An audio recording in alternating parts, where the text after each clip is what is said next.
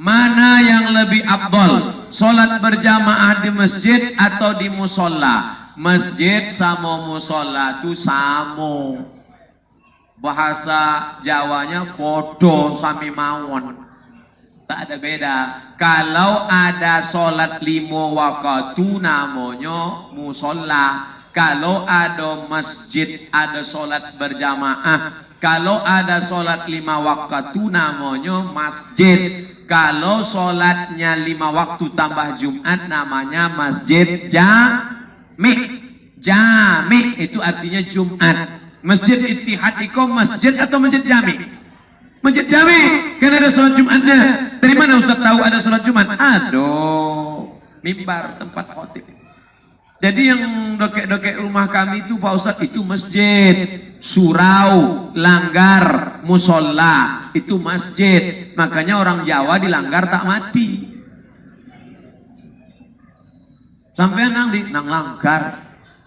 Surau, langgar, musola. Di Minangkabau namanya surau. Di negeri Melayu namanya surau. Di Malaysia Kuala Lumpur pakai surau. Di Jawa namanya langgar.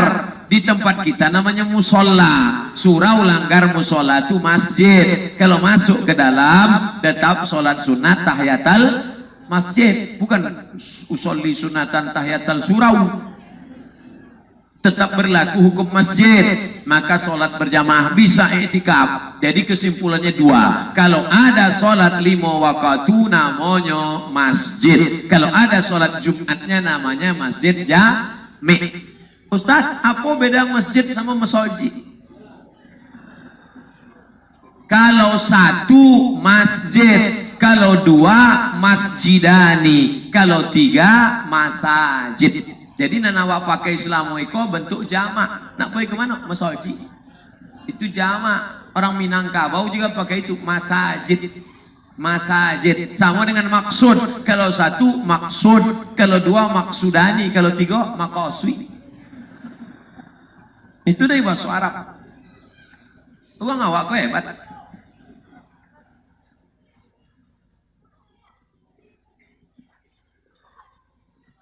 Ustaz, 1 murid SMP Muhammadiyah Kuok. Saya murid SMP Muhammadiyah Kuok. Anak SMP sudah berani menulis pertanyaan. Oh mantap. Anak SMP lain nulis status FB aja pandai. Apa hukum bersalaman sama guru wanita yang sudah agak tua?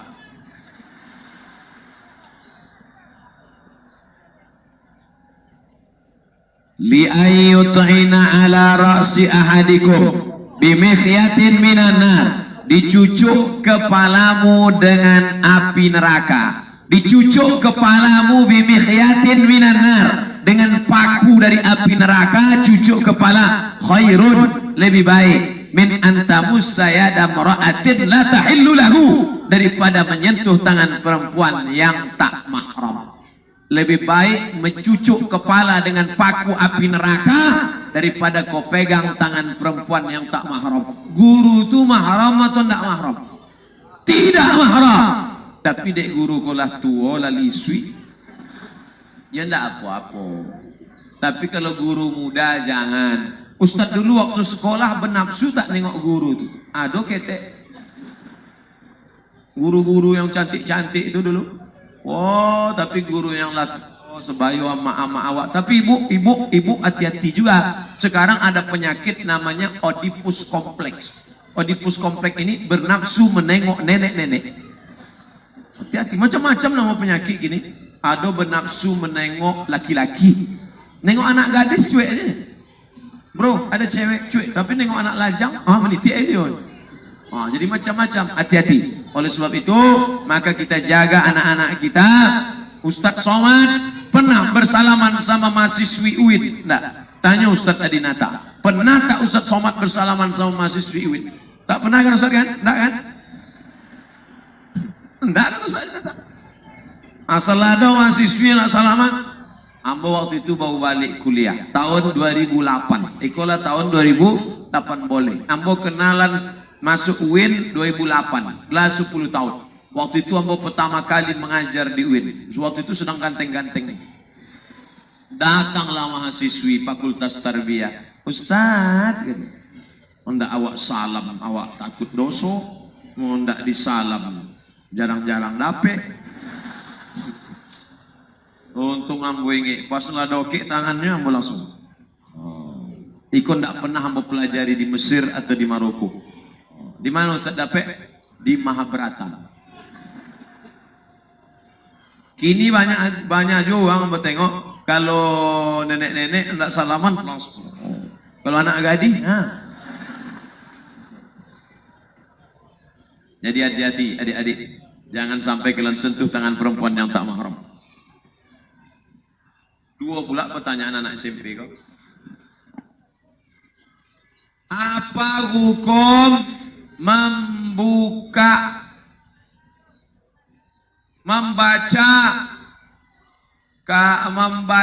sodaqallah? Karena ada ustadz yang mengatakan tak perlu karena tak ada dalilnya. Oh, tentang itu ditulis satu kitab khusus, ada bukunya di rumah tentang membaca sodaqallah setelah selesai mengaji.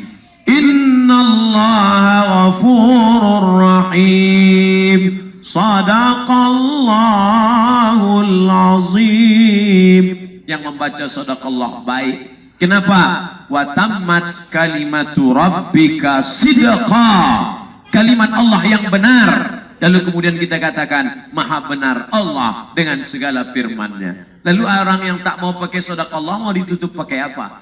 Innallaha ghafurur rahim. Lah selesai, terima kasih. Tetap juga di ujungnya innallaha ghafurur rahim wa sallallahu ala nabiyyina Muhammad. Tetap juga pakai kalimat penutup. Nanti kalau penutup itu dianggap bid'ah, oleh sebab itu maka apa yang terjadi?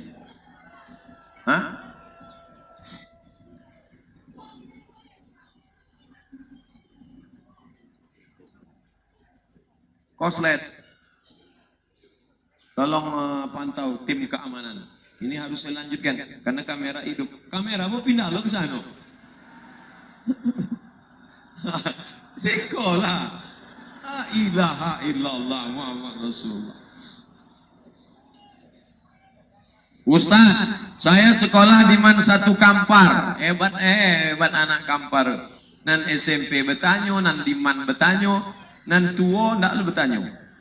Ustaz, saya sekolah di Man Satu Kampar. Saya ingin bertanya, gimana cara agar kita istiqomah dalam ibadah, Pak Ustaz? Nah, pertama tengok orang sakit. Jadi balik dari sekolah langsung ke rumah sakit. Cari rumah sakit. Rumah sakit. Pokoknya balik dari sekolah jangan balik ke rumah sakit dulu.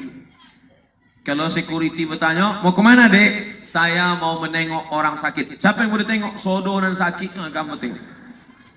Jadi dengan banyak-banyak menengok orang sakit, awak insya Allah istiqomah. Yang kedua menengok orang mati. Maka asal nampak ada bendera putih, datanglah tengok orang mati. Kalau perlu dicium orang mati. Ambo kalau ada orang mati yang cium. Sesama laki-laki, yang perempuan jangan.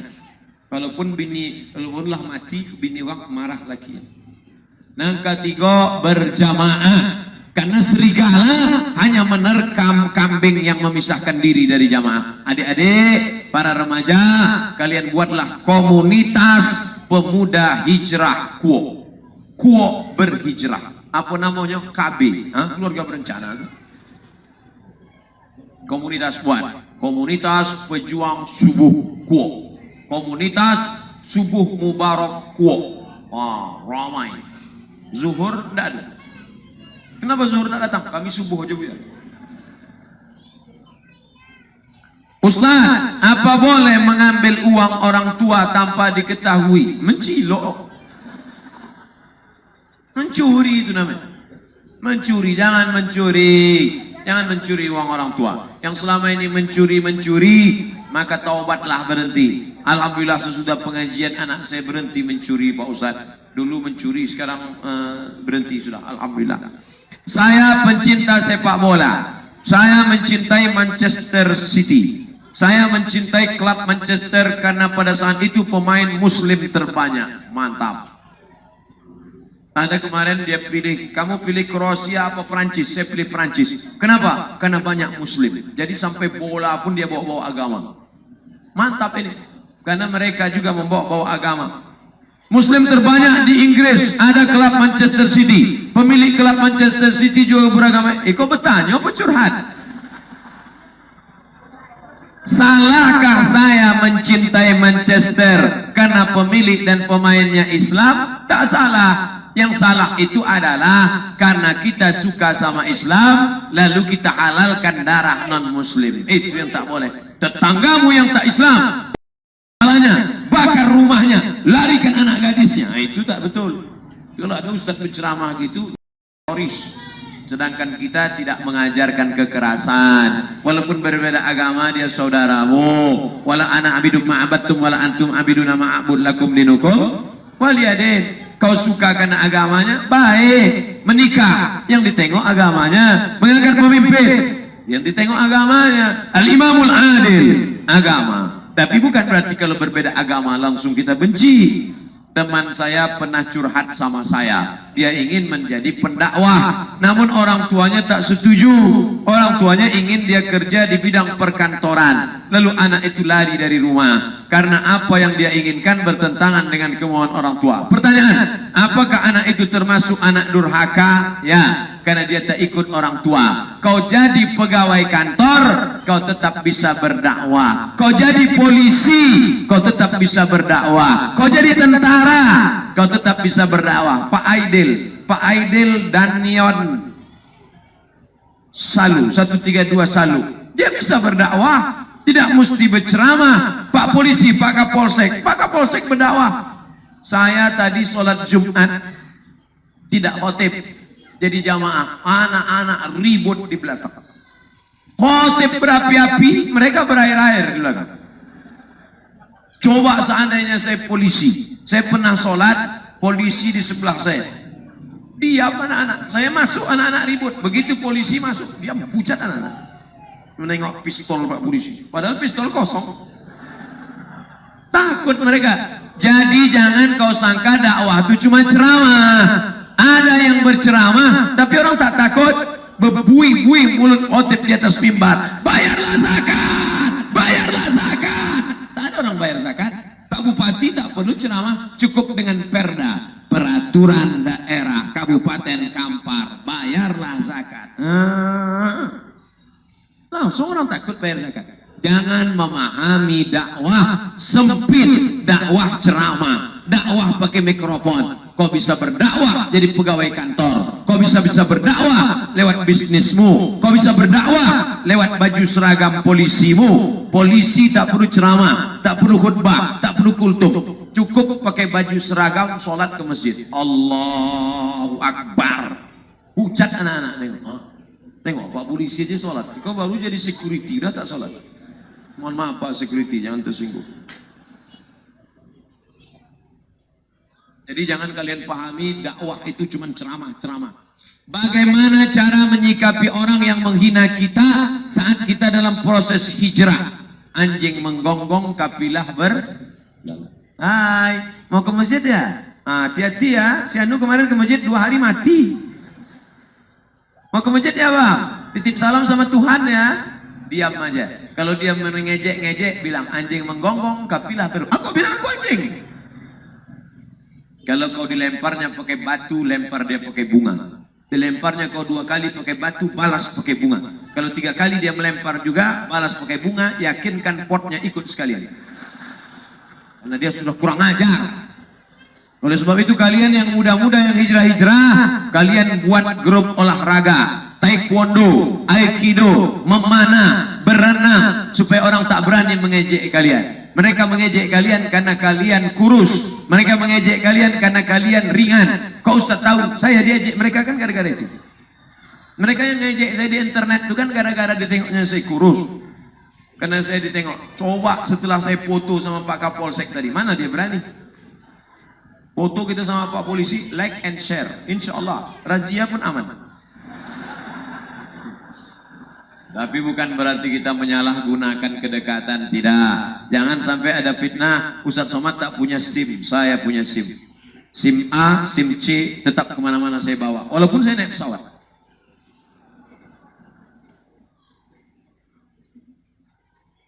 Dulu waktu saya belum foto-foto sama polisi selalu kena razia. Sekarang udah siapkan foto, tak ditangkap polisi. Di sekolah saya, jam pelajaran akhir tepat waktu asar, berturan dengan waktu sholat, sehingga agak melalaikan waktu sholat. Mohon pencerahannya Pak Ustadz. Jazakallah khairan. Ada senyumnya. Inilah kalau anaknya sudah hijrah, kepala sekolahnya belum. Kepala sekolah sudah hijrah, tukang susun jadwal belum hijrah. Makanya hijrah ini harus total. Tukang susun jadwal, guru, kepala sekolah, wali murid, ustadz. Mudah-mudahan semuanya menghormati waktu sholat. Saya sebagai kepala polisi tidak takut pada manusia, saya hanya takut pada Allah. Walaupun sidang, walaupun rapat, kalau sudah azan, saya mesti ke masjid. Kata sambutan Kepala Polisi Daerah Sulawesi Selatan yang viral di internet, Kapolda Sulsel, tak takut pada apapun. Kalau sudah azan berkumandang, pergi ke masjid. Mau rapat, mau sidang, mau apapun. Coba cari di internet, Kapolda Sulsel sholat berjamaah, enter, masukkan. Oleh sebab itu apa maknanya? Harus hijrah total. Tapi karena posisi engkau sebagai murid, nah ini kau tak bisa melawan, kau lemah. Jangan besok pas azan, Pak saya mau ke masjid, tak boleh, duduk. Siapapun saya tak takut, saya hanya takut pada Allah. Tak bisa nak, posisi kau masih lemah. Nanti nilai rapotmu 5 gara-gara itu. Kebetulan guru kau ini Fir'aun pula. Oleh sebab itu maka pakailah rukhsah waktu sholat panjang. Jadi kalau kau sholat jam 4, balik ke rumah jam 4.15, mungkin kau tak dapat sholat berjamaah. Tapi insya Allah niatmu sudah sampai. Tapi saya anjurkan Bapak Kepala Sekolah, tengok betapa malunya kita. Anak murid kita sudah tahu hijrah sholat awal waktu. Bisa pula kita guru tak tahu. Guru digugu, ditiru, tapi tak tahu. Na'udzubillah, memang guru tak mau tahu. Apa hukumnya apabila kita menyekolahkan anak di pondok pesantren dengan biaya hasil korupsi? Tunggu saya baca, ini mesti pelan-pelan baca. Yang hasil korupsi itu pesantrennya atau menyekolahkan anaknya. Oleh sebab itu innallaha thayyibun, Allah maha suci, la yaqbalu illa thayyiban. Allah tidak menerima kecuali yang suci-suci saja. Tak bisa mencuci kain pakai air kencing. Ibu sedang nyuci ya? Iya. Nyuci ya? Iya. Nyuci pakai air apa? Air kencing. Tak bisa. Makanya mesti suci. Suci sebelum sholat, suci sebelum zakat, suci bersih. Tapi kalau tak ada duit lagi, satu-satunya cuma duit ini. Maka kalau kita terjebak di hutan, pilihannya 2. Mati sama makan babi. Pilih mati atau makan babi? Pilih babi. Tak boleh pilih mati. Pilih babi. Ambil babi, colek-colek pakai kicap. Tak boleh pilih mati. Bro, ente mati atau makan babi? Ambo mati, tak boleh. Aku makan babi. Sementara datang pisang. Kalau sudah datang pisang, tinggalkan babi. Kau pisang. Lomak babi kau. Tak boleh. Bagaimana hukumnya kalau orang tahu tentang ulama? Sholat ajatkan seorang mencuri hartanya, sholat doanya dikabulkan Allah. Seperti orang mencuri itu menjadi gila, tak boleh mendoakan yang tak baik. Kalau mau sholat hajat, aku sholat hajat 2 rakaat supaya orang itu membalikkannya. Adapun mendoakan yang tak baik tak boleh. Kalau kau doakan yang baik-baik, malaikat akan mengaminkan. Hadis riwayat Al-Hakim dalam kitab Al-Mustadrak. Kalau kita doakan yang baik, apa kata malaikat? Amin. Tak boleh kita doakan dia gila, tak boleh kita doakan. Tengoklah doa Nabi Muhammad sallallahu alaihi wasallam. Allahumma hdi qaumi fa innahum la ya'lamun. Berikan mereka hidayah. Berikan mereka hidayah. Ya Allah, orang yang mencuri selop kami itu berikanlah mereka hidayah. Tak pula mau jamaah mengaminkan.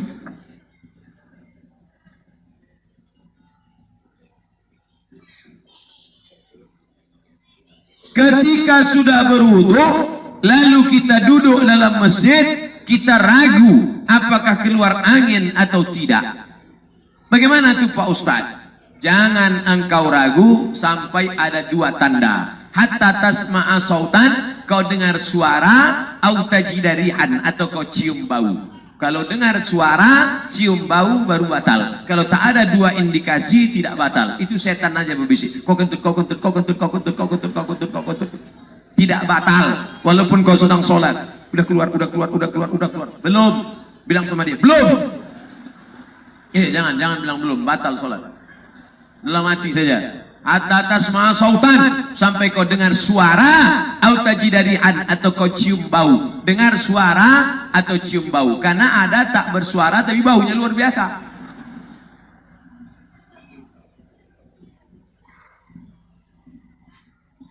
Da'ma yaribuka ila ma la yaribuka, hilangkan yang meragukanmu kepada yang tidak meragukanmu. Hukum asalnya suci berwudu, tidak batal sampai dengar suara atau tercium bau. Tapi kalau tak tahan, dilepas saja, jangan ditahan. Ini ada orang menahan sampai biru muka, sampai akhirnya tak tertahan juga. Ghairil maghdubi alaihim waladdallin. Orang lain amin, dia tidak.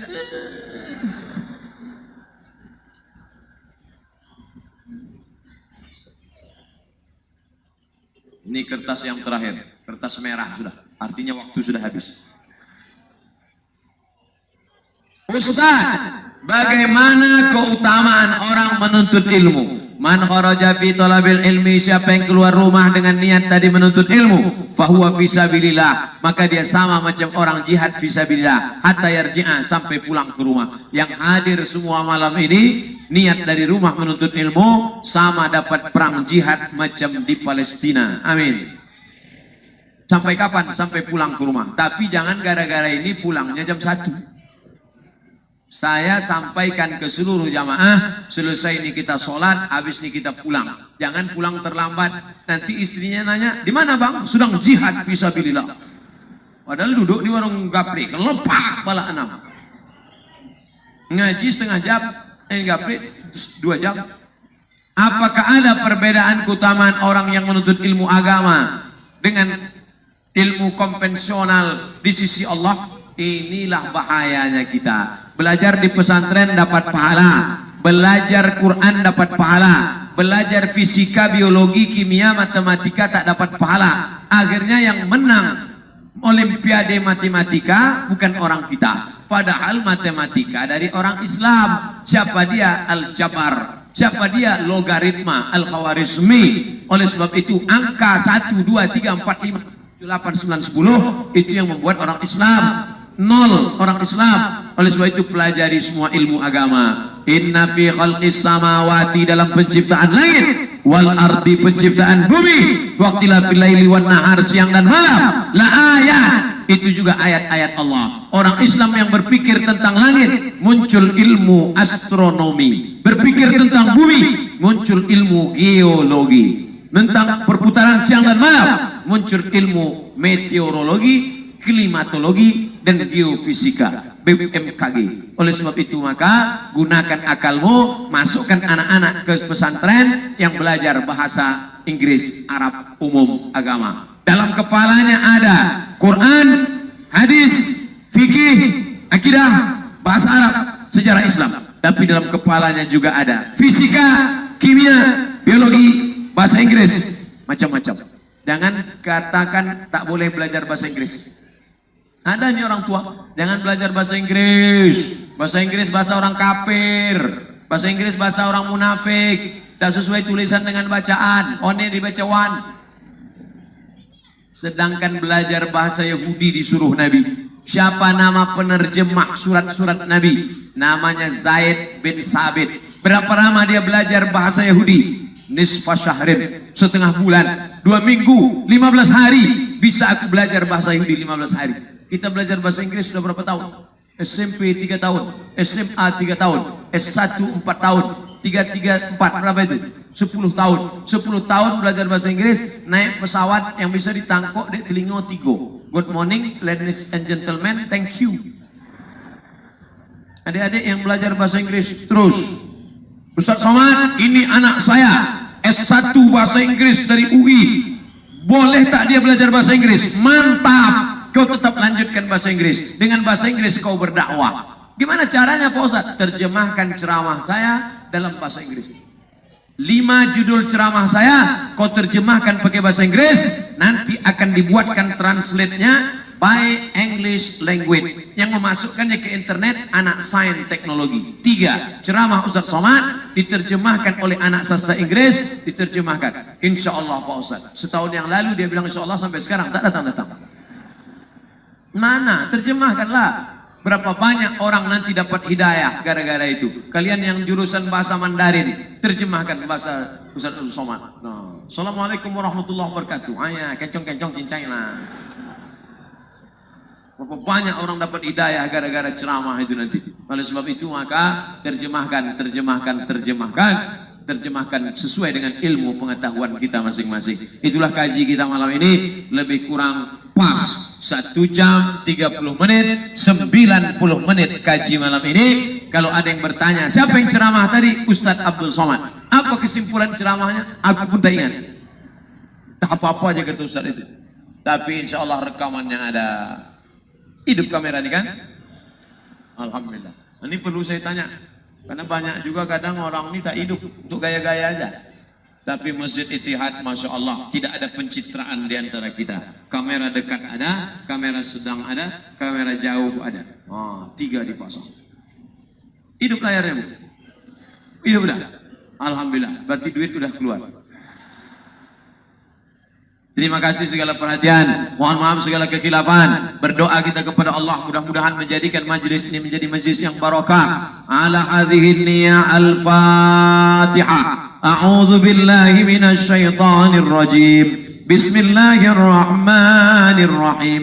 Alhamdulillahi rabbil alamin. Arrahmanir rahim. Maliki yaumiddin. Iyyaka na'budu wa iyyaka nasta'in. اهدنا الصراط المستقيم صراط الذين أنعمت عليهم غير المغضوب عليهم ولا الضالين آمين لا تدع لنا ذنبا إلا غفرته segala dosa-dosa kami ampunkan ya Allah wala aiban illa satartah segala cacat aib kami tutupi ya Allah wala mumtahinan illa najahta anak-anak kami yang ujian berikan nilai yang terbaik luluskan ya Allah wala aziban illa zawwajta yang lajang yang gadis ingin menikah temukan dengan jodoh yang baik-baik ya Allah wala raghiban illa anjabta yang ingin punya anak berikan anak yang soleh dan solehah wala maridon illa syafaita yang sakit angkat penyakitnya berikan kesembuhan kesehatan ya Allah wala mayyitan illa rahimta yang mati meninggal dunia curahkan rahmat ampunan kasih sayangmu ya Allah Allahumma anzilir rahmata wassalamata wal barakata ala hadhil jamaah turunkan keselamatan kerahmatan keberkahan kepada seluruh jamaah yang hadir malam ini ya Allah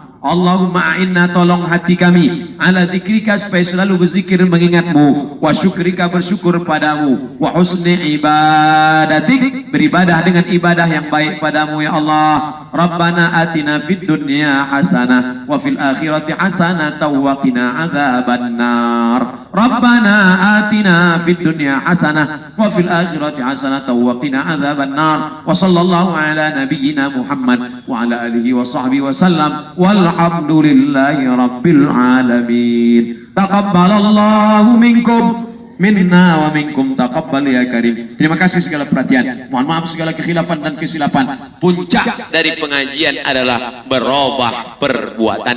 Banyak mengaji, tak berubah perbuatan, mubazir. Mudah-mudahan kaji kita malam ini merubah cara hidup, merubah cara pandang, merubah cara bersilaturahim. Terima kasih. Wassalamualaikum warahmatullahi wabarakatuh.